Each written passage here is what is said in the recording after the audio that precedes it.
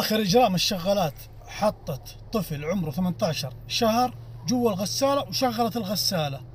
لا إله إلا الله. توفى الطفل في الكويت، أبوه لحقه وهو جوا الغسالة، شالوه ودوه المستشفى، خلاص توفى رحمة.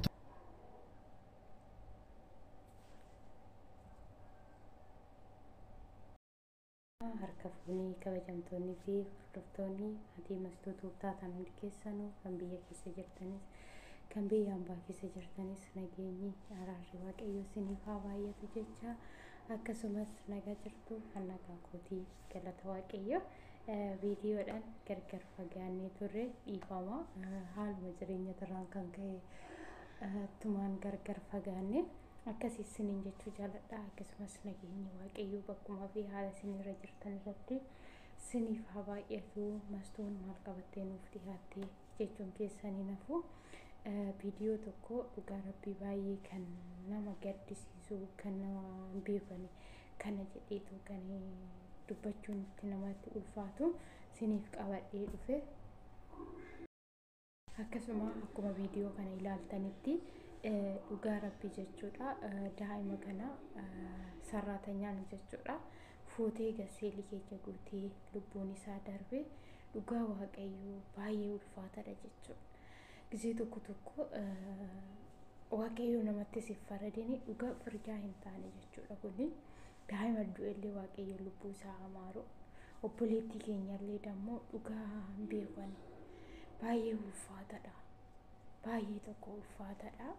Waaqayyo kana keessa nama haa baraaru, waaqayyo kana keessa nu haa baraaru jechuudha. Gisee baay'ee jechuudha wanti nurra ga'u osoo nu hin yaadin sila ta'eefiyyuu waaqayyo kana hunda keessaa nu haa baraaru, waaqayyo kana hunda keessaa ga'e jedheetoo dhiifama isaa miratii isaa nuuf haa buusu jechuudha. Baay'ee ulfaataadha dhugaa rabbii jechuudha. Obboleettiin keenya kuni kan biyya isheetii baate hojjedheen jijjiirraa jetteetii malee rakkinni kun narra gahaa jetteetii muti. Garuu baay'ee nama asaasana. Dhugaa waaqayyo bichaan hin beekanii kana nurraanis hin ga'ini nus nu haa eegu. Ishiillee dammoo beekteetii muti osoo hin argin ta'uu danda'a. Kan beeku kana waaqayyo tokkicha bichaadha. Kan beekan baay'ee garaa nama nyaata jechuudha dhugaa waaqayyoo. Sababa saniifiyyuu isinoo nu osoo nurra ga'e akkam taana osoo bakka ishii kana of buusnee of laallee maal taana jennee warri mana daa'imaa jirtan adaraa isinitti haa ta'u. Dhugaa waaqaa mana daa'imaa dhiisii mana jaarsallee yeroo jiraattan adaraa isinitti haa ta'u. Of eeggadhaa obboleewwan koo.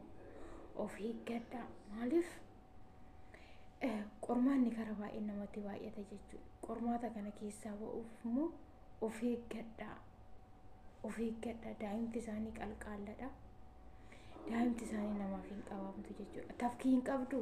Tafkii amma fakkeenyaaf bakkoo si ciniinte bakka si ciniinte kanarratti tafkii tana hin qabdu jechuudha. Inni utaalti. Daa'imti arabaallee akkasii. Of eeggadhaa obboleewwan koo. Warri mana daa'immanii jirtan fakkeenyaaf nyaata hojjechaa kan daa'ima qabdan, daa'ima qabaa kan uffata miiccitan, mana addaa kan daa'ima qabdan, madaamin tokko tokko giddeella isheetu jira jechuudha. Daa'ima isheetiifis dhimma isheetii moti, hojii isheetiifillee dhimma isheetii moti. Isin immoo of eeggadhaa daraa keessanii.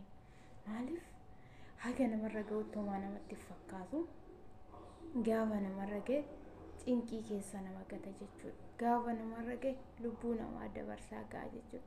Inkwaan daa'imman dhiisitu mana jaarsatu mana jaarsitu yeroo jiraatan jaartiin osoo gufattee kuftee akka waan ati lafaan dhuftetti fakkaata jechuudha. Osoo mana jaarsaa jirtanii fakkeenyaaf ana akkaanaa nama mana jaarsatan jira. Gisee baay'ee jechuudha ni gufata ni kufa. Akka waan ani lafaan na'ee wayiitti fakkaata ijoollee isaatitti jechuudha. Jaartiin illee gisee jirtu yeroo baay'ee gufattee kufti jechuudha. Keessa darbaniit maallaan jiranii rafishii cinaan jiran jechuudha. Qirrimni kiyya uumamati kanan guyyaa hojjechaa oolu uumamati garuu haadha isaaniitiif yaadan jechuudha. Sababa isaaniifiyyuu arabni namaaf yaaddu of qofa bichaadhaaf yaaddi. Of eeggadhaa maatii waaqayyoo. Of eeggadhaa anna mana jaarsaa jirtanis of eeggadha, kan mana jaartii jirtanis of eeggadha, kan daa'ima eeddanis of eeggadha. Maaliif waaqayyo nama hawaasu kana, waaqayyo nama haa baraaru, baraara waaqayyo tokkicha bichaadha. Of eeggadha isiniin jechuu jaaladha. Kuni gorsa obboleettii keessaniiti malee yookiin nu hin beeknu jechuu dandeessu. Garuu immoo osoo isin beektanuyyuu of eeggadha. Waaqayyo isin wajjin haa ta'uutu of eeggadha. Waan nu hin jedhina bakka. Maaliif yeroo waa hojjettan yookaan daa'ima san dugda keessanitti baadhaa bakka. Fooxaa fudhadhaa, fooxaa guddaa isaa fudhadhaa dugda keessanitti baadhaa bakka. Maaliif yoo mana anas addaa ta'e sa'aatii haati jirtu haadha irratti gataa deemaa saddaa. Yoo mummisaa kan hojjettan ta'e yookiin uffata maashinii keessa gochuu deemtan ta'e fuudhaa dugda keessanirra godhadhaa daa'ima san. Dugda keessanirra utaalee hin bu'u jechuudha. Hagee dugda keessanirra utaalee buusanitti of argitu sila ta'eefu. Silasa dugda keessanirra godhaa hojjedhaa. Yeroo mana as addaatan yookaan raffisaatoo wannoo godhaatoo kifilii isaa sanirra itti deddeebi'aa laalatoo mana sana saddaa. Of waanuma bakka naannoo hojjetta sanitti deema raffisaa ofirraa of fageechina. Yaansi meetira 5 caalaa ofirraa fageechina mana keessatti.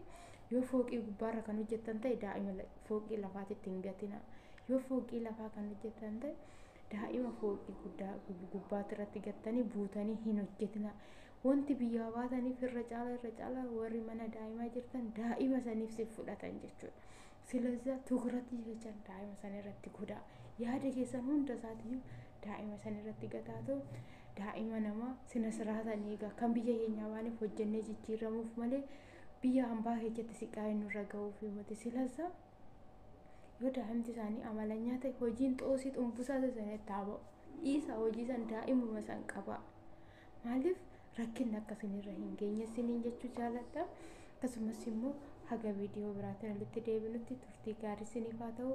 Kuni gorsa obboleettii keessanii dadhabduu bomtuu obboleettii keessaniiti malee ani beekeetii mootii. Garuu immoo dubartiin lama beektuu takka wallaaltu jedhani. Haguma jireenya biyya hambaa keessatti wantoota baay'ee argeef haguma wantoota baay'ee argeef akkana isiniin jechuu jaaladhe. Akkasii isiniin jedhaa. Viidiyoo kana laayikii sheerii gochuu hin dagatina. Obboleewwan keessan biraan gaa'e obsa godhadhaa. Obsa keessan biratti immoo of eeggadhaa. Waaqayyo olii waaqayyo gaditti of eeggadhaa. Waaqayyo illee isin haa eegu isiniin jechuu jaaladha. Haga viidiyoo biraatiin walitti deebinutti turtii gaarii. Baay'ee isin jaaladha. Baay'ee isin kabaja.